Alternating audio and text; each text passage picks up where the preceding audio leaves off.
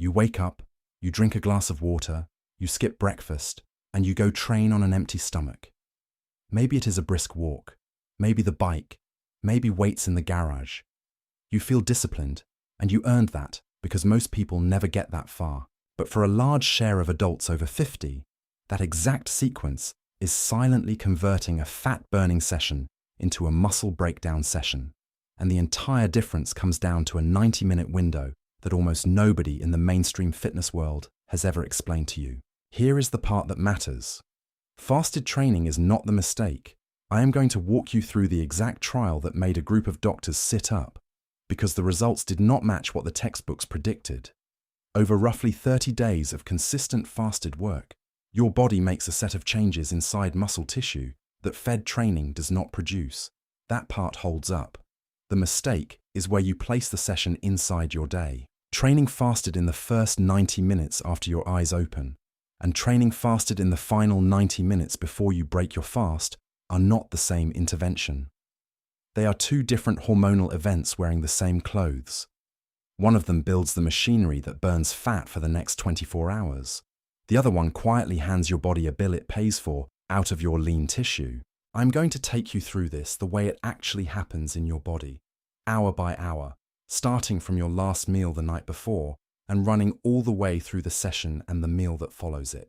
You will see exactly which enzyme turns on, which one turns off, and where the collision happens. At the end, I will give you the ARC protocol, 3 specific adjustments, each with a real number attached, that decide whether 30 days of fasted training gives you the metabolic upgrade the research documented, or gives you a slightly smaller version of yourself. This is not motivation. This is biology, and the numbers are the whole point.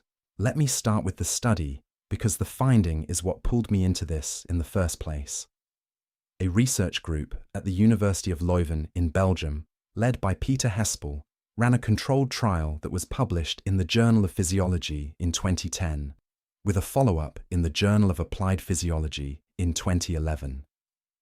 They put healthy young men on a deliberately bad diet, about 30% more calories than they needed, and heavy in fat, for 6 weeks. Then they split them. One group did no training.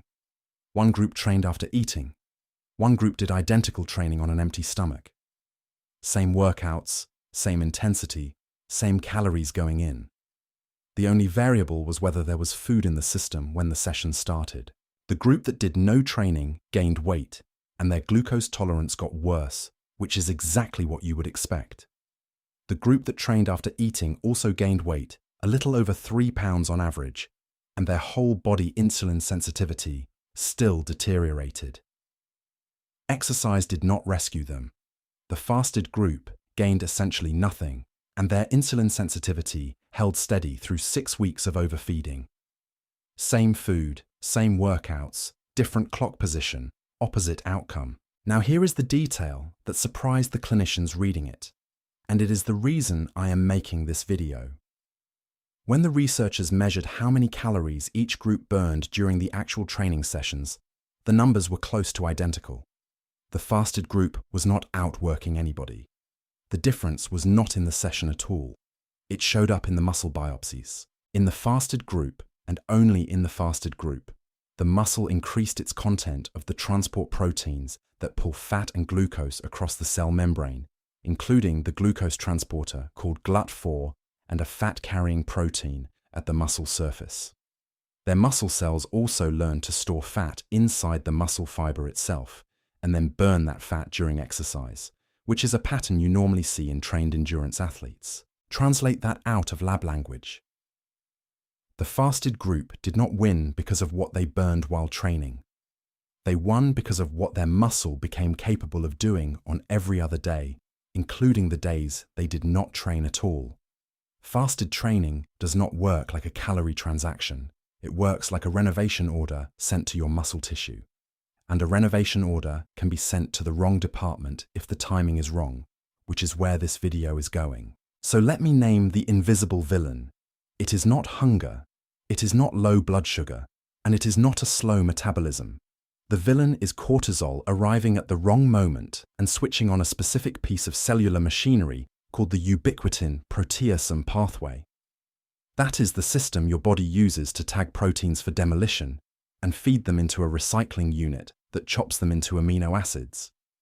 It is a normal process, and your body has to be able to break down old and damaged protein. But cortisol is one of its primary switches, working through a family of signaling proteins called FOXO.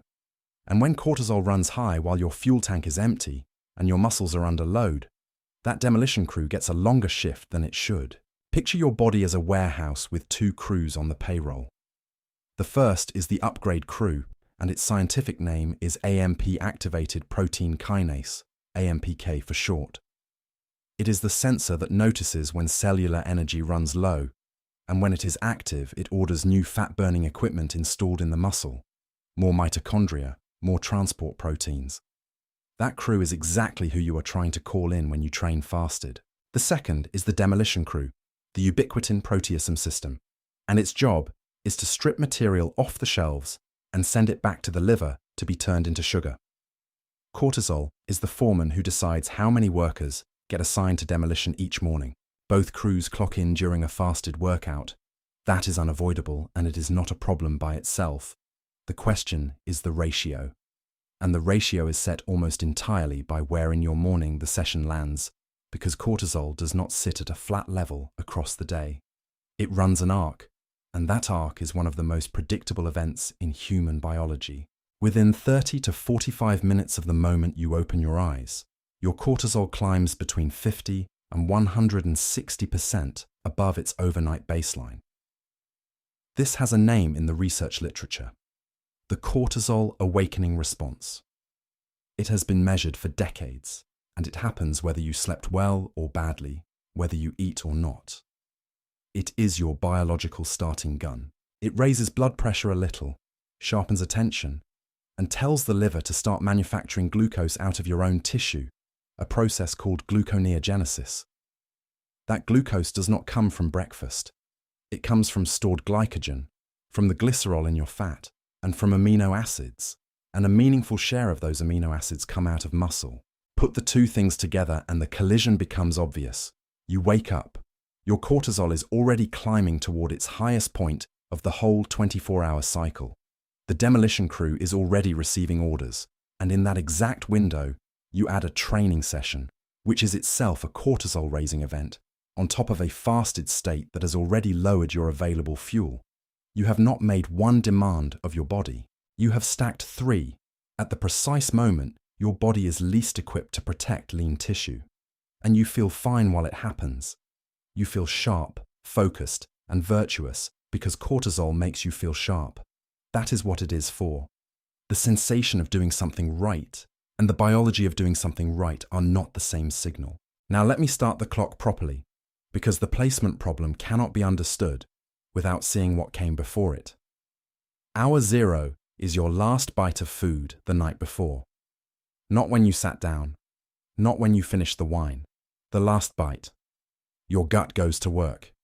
Your small intestine pulls nutrients across into the bloodstream, glucose rises, and your pancreas releases insulin to move that glucose into cells. For the next 2 to 3 hours, you are in what researchers call the postprandial state. Nothing is coming out of storage because nothing needs to. The delivery truck is at the loading dock and the shelves stay untouched. By hour 3 to 4, absorption slows and insulin starts to fall. But it falls slower than most people assume.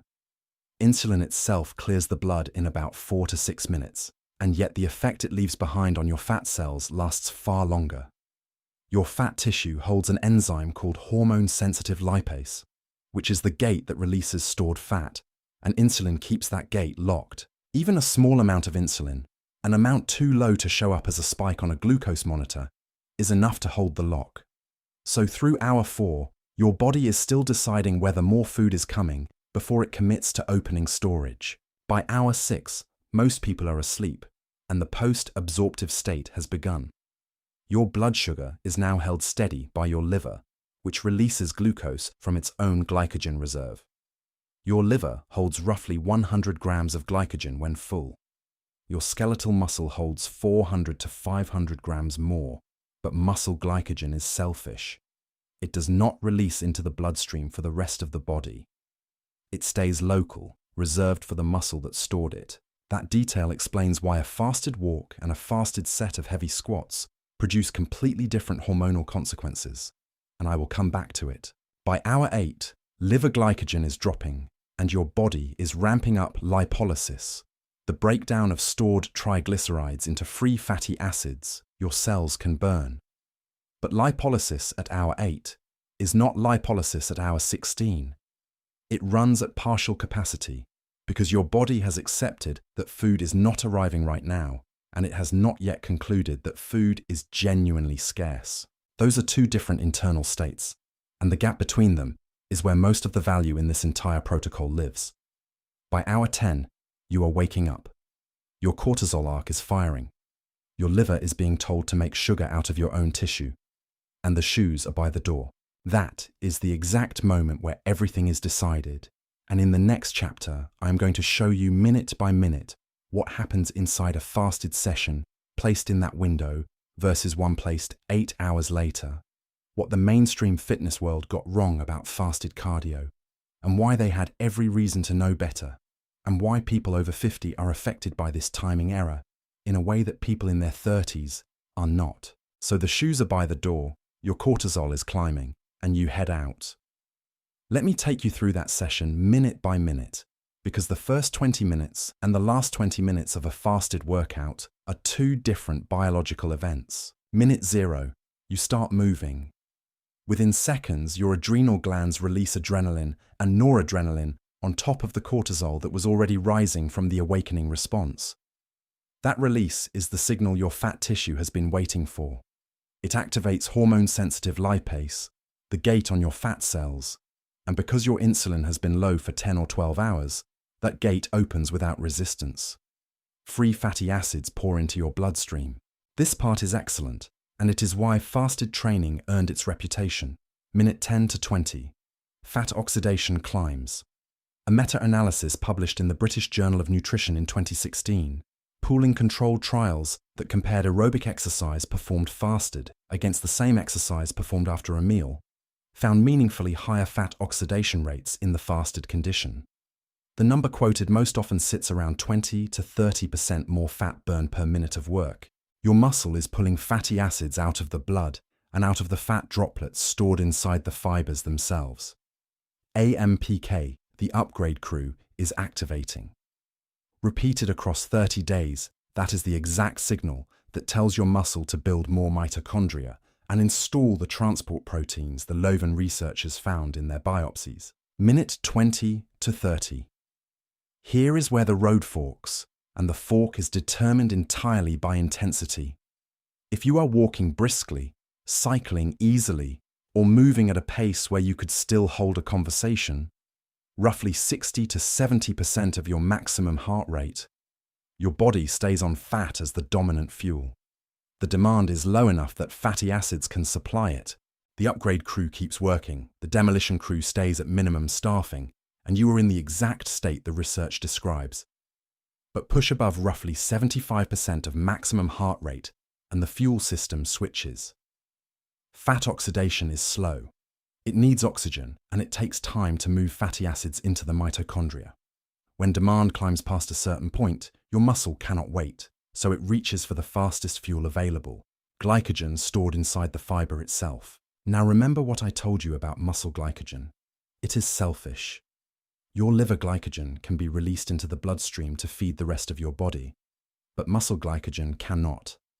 There is no enzyme in skeletal muscle that lets it export glucose back out into circulation. It stays local. And by hour 10 to 12 of a fast, after a night of sleep, your muscle glycogen has not been touched much, but your liver glycogen is nearly gone. So when you demand high-intensity work in that state, your working muscle burns through its local supply fast, and your bloodstream has no backup arriving from the liver. Your body has one remaining way to keep blood sugar from falling while a hard demand is running. It manufactures glucose out of raw material, and the highest quality raw material available is amino acids. Cortisol, already elevated from the awakening response, and now elevated again from the exercise itself, flips on the FOXO signaling proteins, which flip on the ubiquitin proteasome pathway, which starts tagging muscle protein for breakdown, the demolition crew gets a double shift. Picture the warehouse again. The upgrade crew has been ordered to install new equipment. The demolition crew has been ordered to strip material off the shelves and ship it to the liver. They are working the same floor at the same time. On a low-intensity fasted walk, the upgrade crew outnumbers the demolition crew by a wide margin, and you finish the session with a net gain. On a hard fasted session placed in the peak cortisol window, that ratio narrows, and in some people, it inverts. You did the work, you put in the effort, and the warehouse is slightly emptier than when you started. Minute 30 to 45. If your session stays moderate, this is the most productive stretch of your entire day for fat oxidation and for the AMPK signal. Past about 45 minutes in a fasted state, particularly for people over 50, cortisol tends to keep climbing rather than settling. That is not a hard cliff, and it varies by individual, but the direction is consistent enough that it deserves a number attached to it, and I will give you that number in the protocol. Now the part after the session, which almost nobody talks about. When you finish training in a fed state, cortisol rises during the session and then falls back down relatively quickly. When you finish training fasted in the early morning, cortisol is falling from a higher peak, and it is falling into a window where the awakening response has not fully finished its arc. The elevated state lasts longer. So the demolition orders stay live for a period after you have already stopped moving, showered, and sat down at your desk feeling accomplished. Which brings me to the mainstream betrayal. And this one is more interesting than the usual story, because both sides of the argument got it wrong. Fasted cardio has been sold to the American public since at least the 1990s, when it moved from bodybuilding subculture into mass-market fitness books and gym floors everywhere. The pitch was simple and wrong. No food in the tank means the body has to burn fat instead. Millions of people, my parents' generation and now mine, built a morning routine on that sentence. Then the correction arrived. In 2014, Brad Schoenfeld and colleagues published a controlled trial in the Journal of the International Society of Sports Nutrition. They split women into fasted cardio and fed cardio groups, matched calories carefully, and ran it 4 weeks. Both groups lost fat. Neither lost more than the other. The conclusion was that fasted cardio offers no advantage for fat loss when calories are equal, and that is correct as far as it goes. Here is where the whole field went sideways. The fitness industry took that result and declared the question closed. Fasted cardio is a myth. Just train whenever you feel like it. That message is still repeated by trainers, by podcasts, by nearly every large fitness account on the internet. But look at what they measured. They measured pounds on a scale over 4 weeks. That is what the Leuven Group also found, and it is exactly the point I made in the first chapter. The fasted group in Belgium did not outburn anybody during their sessions either. The difference never lived on the scale. It lived in the muscle tissue, in the transport proteins, in the insulin sensitivity, in what the cell became capable of doing between sessions. When you run a 4-week trial and your only outcome is body composition, you are using a ruler that cannot detect the thing that actually changed. So the wellness world spent 20 years selling fasted cardio for a benefit it does not deliver, and then spent the next decade declaring it useless based on a test that could not see the benefit it does deliver. Nobody was lying. Everybody was measuring the wrong outcome, and the timing variable, the one that decides whether you get the upgrade or the demolition, was never in either conversation. Not because the science was hidden. The cortisol awakening response has been documented in the literature since the 1990s. The papers were sitting there the entire time. They just belonged to a different department than the one writing fitness content. I want to be honest about how I found this, because I did not reason my way to it. About 2 years ago, I bought a continuous glucose monitor, mostly out of curiosity, and I wore it for 6 weeks alongside a heart rate strap. I was doing exactly what I am describing in this video. Up at 5:45, out the door by 6:15, 35 minutes of hard intervals on the bike, nothing in my stomach. On paper, ideal. The monitor showed my blood glucose was higher at the end of those sessions than at the start. Not slightly. I assumed the sensor was broken. It was not. My liver was manufacturing sugar to cover a demand my fuel state could not meet. And I had been generating that response 5 mornings a week for years, while telling myself I was deep in a fasted state. When I moved the identical session to late afternoon, the glucose response flattened out. Same workout, same body, different clock position. I am not offering my readings as evidence of anything, except that I stopped assuming I knew what my body was doing. Now let me tell you why this matters more after 50 than it does at 30, because there are 3 shifts stacking on top of each other, and none of them are optional. The first is the cortisol arc itself. In adults over 50, the cortisol awakening response tends to be compressed. The rise happens faster, and the peak window is narrower and more concentrated. The damage zone is shorter but sharper. Putting a hard session inside that window at 55 is a different biochemical event than doing it at 35, even if the workout on paper is identical. The second is what researchers call anabolic resistance. As you age, your muscle becomes less responsive to the signals that tell it to build. You need more protein per meal to trigger the same amount of muscle protein synthesis than you needed 20 years earlier. That means the repair side of the equation is running at a discount, while the breakdown side is running at full price. The margin for a badly placed session is thinner. The third is baseline muscle loss. After roughly age 30, adults lose somewhere between 3 and 8% of muscle mass per decade, and that rate accelerates after 60.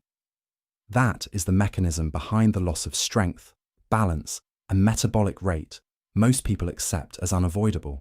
It is not fully unavoidable, but it does mean a protocol that quietly moves a small amount of tissue the wrong way each week is compounding against a curve already tilted against you. None of that is an argument against fasted training. It is the opposite. The Leuven results were about building muscle that handles fat and glucose better, and that capability is precisely what declines after 50. The intervention is more valuable at your age, not less. It is also less forgiving of sloppy placement, which is why the specific numbers matter so much. In the final chapter, I'm going to give you the ARC protocol, the exact window to put your session in, the exact heart rate ceiling and duration cap for a fasted session, the exact amount of protein to close it with, and how long you have to get it in. And then, the one mistake that quietly cancels all 3, which is not about the workout at all. It is about how many days a week you do it. Before I give you the protocol, let me give you the numbers, because a principle without a number attached is something you agree with and then never do. Start with heart rate, since that is the single variable that decides whether your fasted session calls in the upgrade crew or the demolition crew. The rough estimate for maximum heart rate is 220 minus your age. At 55, that puts your ceiling around 165 beats per minute. 65% of that is about 107 beats. 75% is about 124. The zone where fat stays the dominant fuel and cortisol stays manageable sits between those two figures. Above 124, at 55 years old, on an empty stomach, in the morning, you are asking your liver to manufacture glucose out of your own tissue. That is not a guess. That is the fuel hierarchy your body has used for as long as humans have existed. If you do not wear a monitor, use the talk test. If you can speak a full sentence without gasping but could not sing, you are in the zone. If you can only get 3 or 4 words out, you have crossed the line. Next, duration. Fat oxidation during a fasted session climbs for roughly the first 20 to 30 minutes and holds. Cortisol, in a fasted state, keeps climbing the longer the session runs. Somewhere past 45 minutes, those two lines start working against each other. And in adults over 50, the crossover tends to come earlier because the cortisol arc is steeper and the recovery buffer is smaller. 45 minutes is the working ceiling. 30 to 40 is the sweet spot. Next, protein. Muscle protein synthesis is triggered largely by a single amino acid called leucine, and there is a threshold effect. Below roughly 2.5 to 3 grams of leucine in a meal, the growth signal fires weakly. Above it, the signal fires properly. In a young adult, about 20 grams of quality protein clears that bar.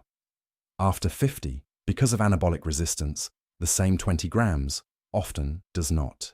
That is why the research on older adults keeps landing higher, somewhere around 30 to 40 grams of protein per meal to produce the same muscle-building response a younger person gets from 20.